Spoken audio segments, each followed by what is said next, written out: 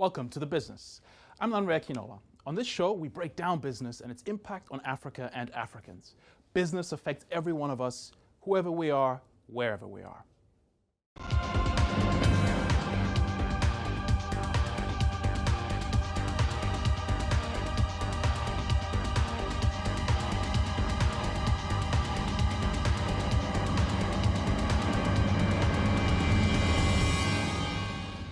This week on The Business, Israel suspends a deal with the UN to resettle African migrants under growing right-wing pressure. Rwanda squares off with Washington over its textile industry as Donald Trump's trade war hots up. And South African mining companies win an important court battle on black ownership laws. And this week's big story, as Ethiopia's new Prime Minister Abiy Ahmed takes office, we ask what changes he might bring to Africa's fastest growing economy.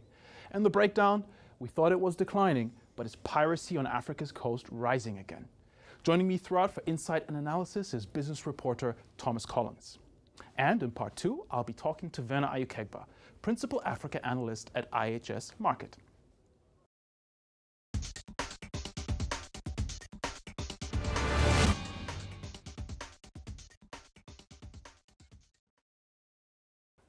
We start in Israel, where Prime Minister Benjamin Netanyahu this week abandoned a deal with the UN to resettle African migrants who've entered the country illegally 24 hours after that deal was agreed. The bigger picture is that this is around a contentious plan to forcibly deport close to 40,000 migrants from the country, which has caused a lot of criticism both in Israel and elsewhere.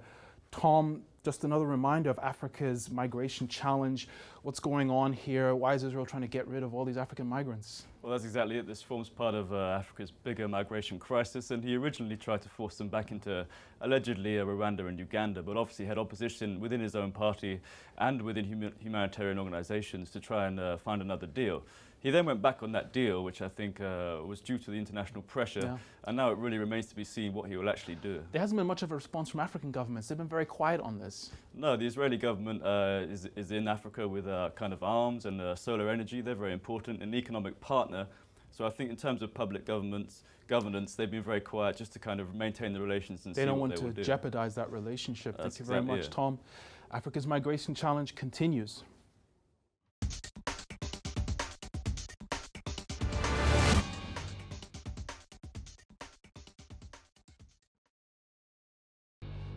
Now the world is bracing itself for a possible trade war between the US and China.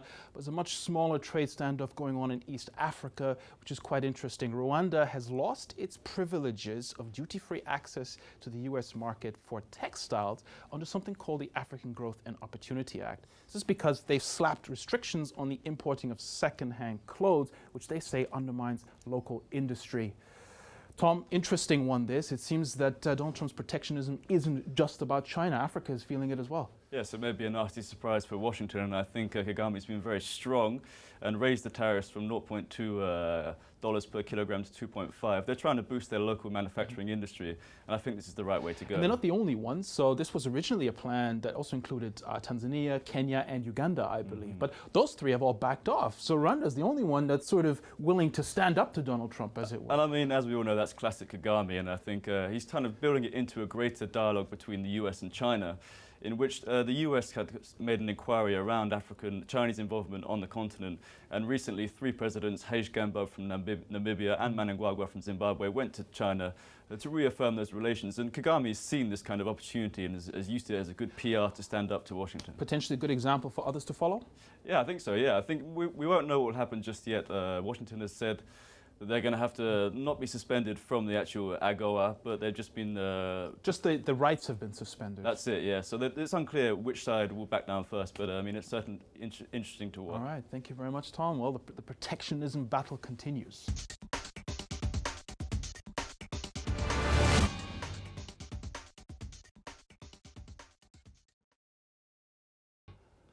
South Africa's mining industry scored a big legal victory this week when a court ruled in their favor about proposals to increase black ownership from 26 to 30% in the country. The issue has had the government at odds with the industry for more than a year, and it stifled much needed investment.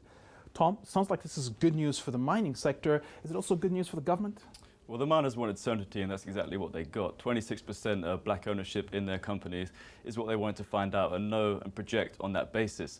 On the other hand, the government is pushing back against miners and trying to reconfigure the relationship, rejig the relationship, which is also happening on a larger scale within Africa at the moment. Now, the government isn't just doing this randomly. Now, 26% doesn't sound like a lot to me. And South Africa, just this week, by the World Bank, was officially declared the world's most unequal society. So there's clearly a need to rebalance things here. I mean, these miners aren't going out of business. They're making billions in profits. So what's the issue? Why is it such a problem for them? Most definitely, yeah. In the new administration, he's kind of he's kind of really walking a tightrope between the miners and the industry, and also the locals and the black South Africans. So this is his choice at the moment, is to back the miners. But I think in the future, I mean, it remains to be seen what will happen. Thank you very much, Tom. It's part of the tightrope that President Cyril Ramaphosa has to walk.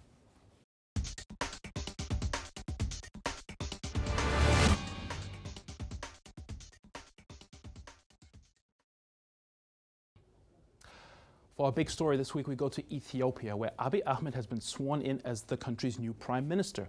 He takes over from Haile Mariam Desalegn, who surprisingly resigned in February amid popular unrest and growing opposition to the minority-controlled government.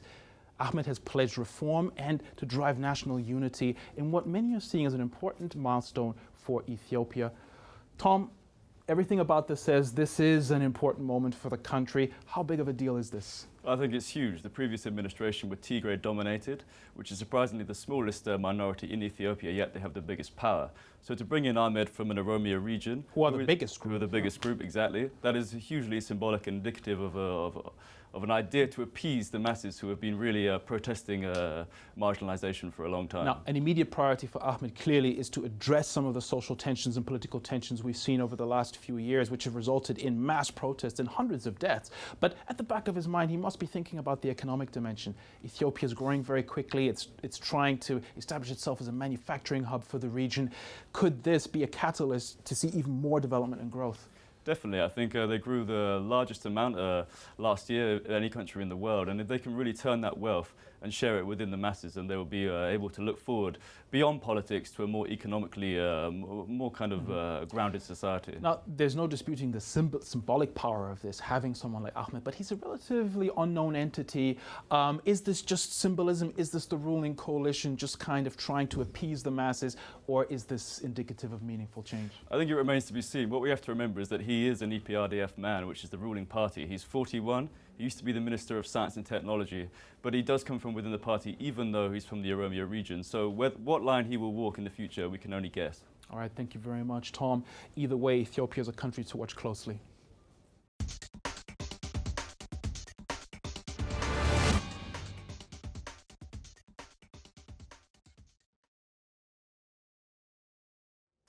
For our breakdown this week, we look at piracy in Africa.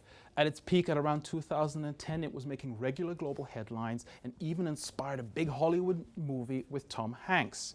Now, it's been on the decline in recent years, but it's flared up again over the last 12 months. And this year alone in West Africa, there have been 50 reported incidents of piracy.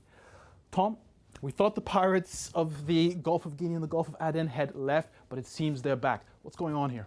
Well, what's happening is there's been a kind of downturn in international effort. As we thought they were gone, and especially in the Gulf of Aden outside Somalia, international forces like NATO have withdrawn, and that's led to these pirates coming back.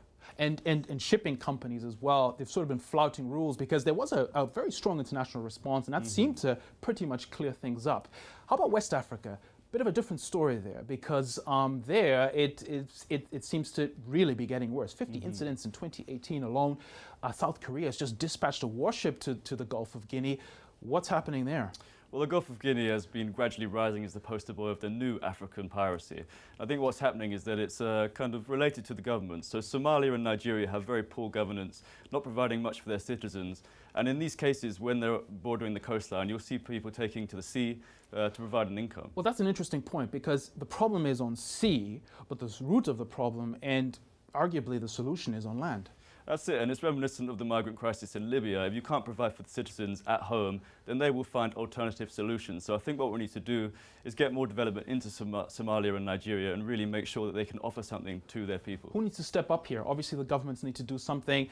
The international community, do they need to do something here? Are shipping companies themselves responsible for this? How do we fix this? I think it's a two-pronged approach. Firstly, international actors like NATO, the UN, even bilaterally, unilaterally, they need to step up their efforts, and also the governments themselves. They need to make sure they can really provide security in these areas. Tom, thank you very much for all the commentary and insight today. Interesting times ahead for piracy in Africa. We'll take a quick break now. Join me in part 2 of the business when I'll be talking to Vena Ayukegba, Principal Africa Analyst at IHS Markit.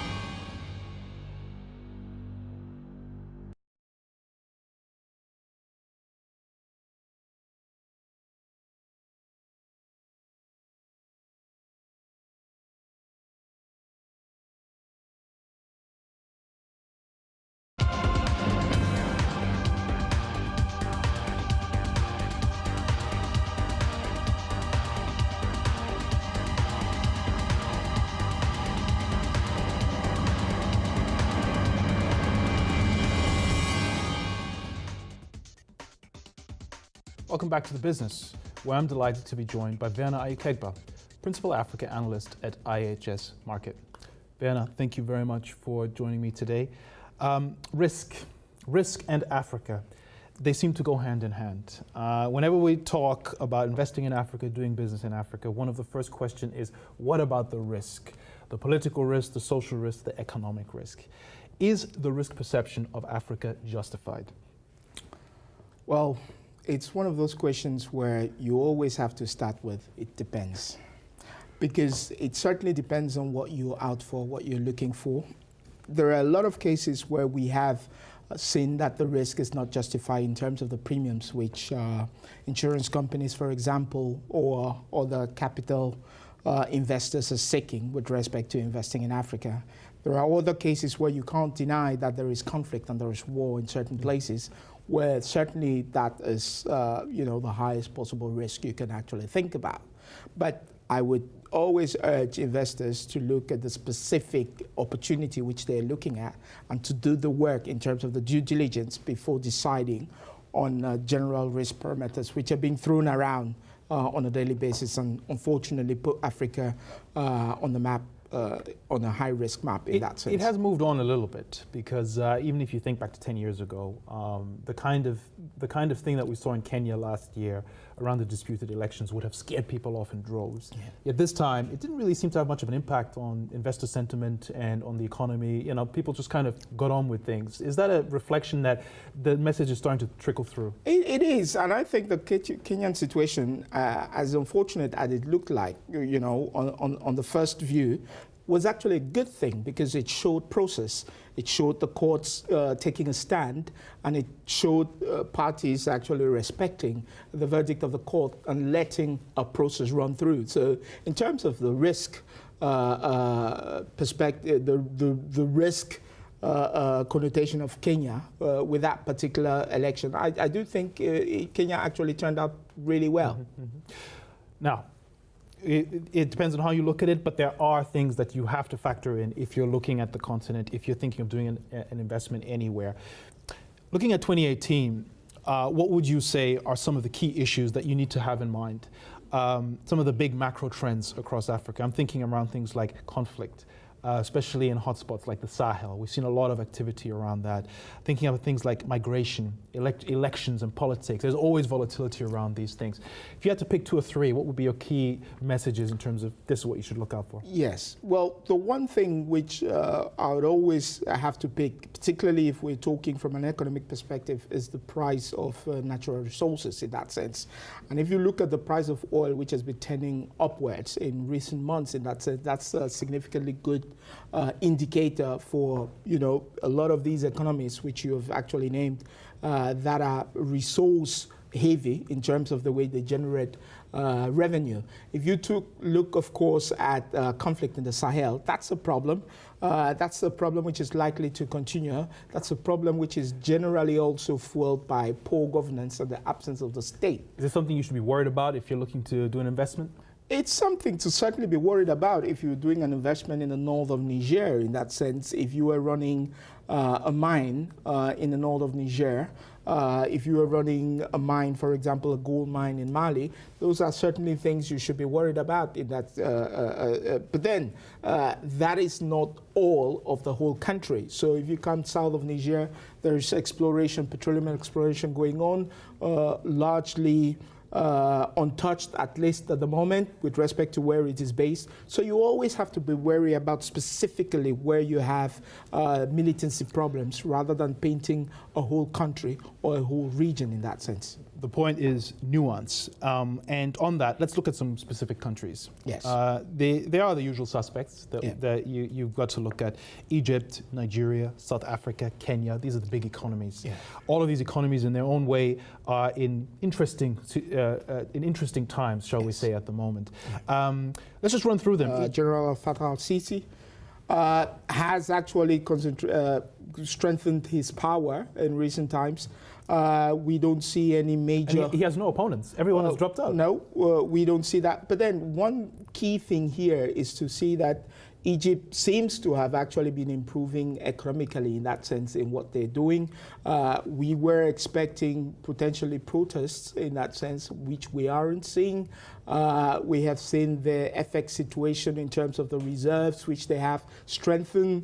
The programs which they're running with the IMF and other international donors look to be positive after a second review in that sense. And so positively, and the last thing for Egypt also, major gas reserves are actually coming online in 2018. And so there's a lot of... The Zohr gas fields. Exactly. One of the biggest ever discovered. Yes, and so there's a lot of positive news in that sense, which is coming at least from a business perspective out of Egypt for 2018. So al-Sisi, he does enjoy legitimacy, which is perhaps not that obvious from the outside, but internally. I mean, it always depends from which angle when you're looking at legitimacy in that sense. But from where we stand, there's only one president in Egypt at the moment, and he seems to be accepted by the population, at least. All right.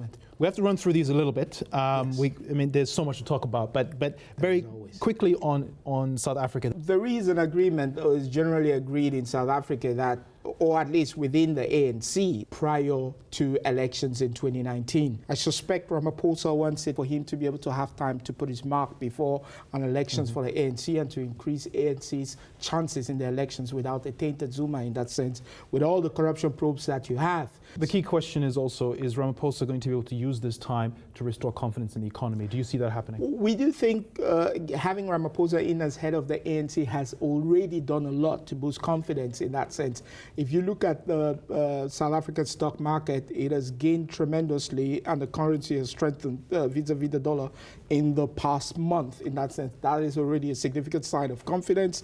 When we look at what Ramaphosa has said in respect to what he's looking to do from an economic perspective, you have, I think investors are greeting that positively. It is now to see how he's able to implement all of that during the 2018 period. It's going to be another eventful year, no matter what happens. Let's talk about the really big one, Nigeria. Elections next year, the campaigning is already in full swing. Coming out of a difficult period for its economy, oil prices are rebounding. Yeah. That's good. Yeah. What can we expect economically from Nigeria in 2018? Now, it's always a difficult one to make predictions about Nigeria whenever we are in front of elections in that sense. As you have already said, the electioneering has already started, and it makes it difficult for Nigerian policymakers to be able to push through a policy or decide on policy without thinking about the electoral consequences of that. And so what we're likely to see, unfortunately, in Nigeria is a lot of short-termism as we move towards both major parties coalescing around a particular candidate. In the case of the APC, the governing party, we do think President Muhammadu Buhari is likely to stand again, particularly as we saw Atiku Abubakar, who's a strong candidate, potential candidate also within the APC decamp to the PDP, that is a key sign that the president is likely to stand. Uncertain, difficult to predict. We've touched on Kenya. We don't have much time left. We've touched on Kenya. Briefly, outlook positive or negative for Kenya 2018? Kenya, that's a difficult one. That's certainly going to depend on the price. Kenya is a net importer of oil products, and so of course inflationary pressures likely to rise. If at all, Kenya has to import oil much more expensively in that sense, which feeds into a lot of other products within the country. There is still a lot to be able to done from an infrastructural perspective. Debt to GDP is rising fast. So there are some negative blinkers showing up for Kenya in that sense, unfortunately. Now, very quick fire question, this one. We are almost out of time. Your top line, we've talked about the usual suspects. What are some other key markets to look at and why? No more than a few seconds on each. Well, two I'm going to pick up is the first one is going to be Angola. We just had a change in president in Angola. There's a push going through the system in that sense. We're seeing major players being taken out of their positions, and the president is looking to diversify the economy away from oil. We're seeing a lot of movement also within the oil sector and the banking sector in that sense to change the way things are. And so positive signs there if the country is able to keep some of those reforms in that sense. A second one, which is generally not on many people's list, is Mozambique. Very, very, very quickly. It's Mozambique, and of course, that is where the gas is. Huge gas deposits in that sense. And so, of course, we do think 2018, we're going to see a lot of activity around exploring that. Some of the biggest untapped gas reserves in the world. Yes. So it'll be very interesting to see what happens there. Werner, thank you very much, as always. Lots to talk about, lots more to talk about, but we've run out of time. Thank you very much for the insight. Thank you for having me. From all of us here at The Business, thank you for watching. Please join us again next time.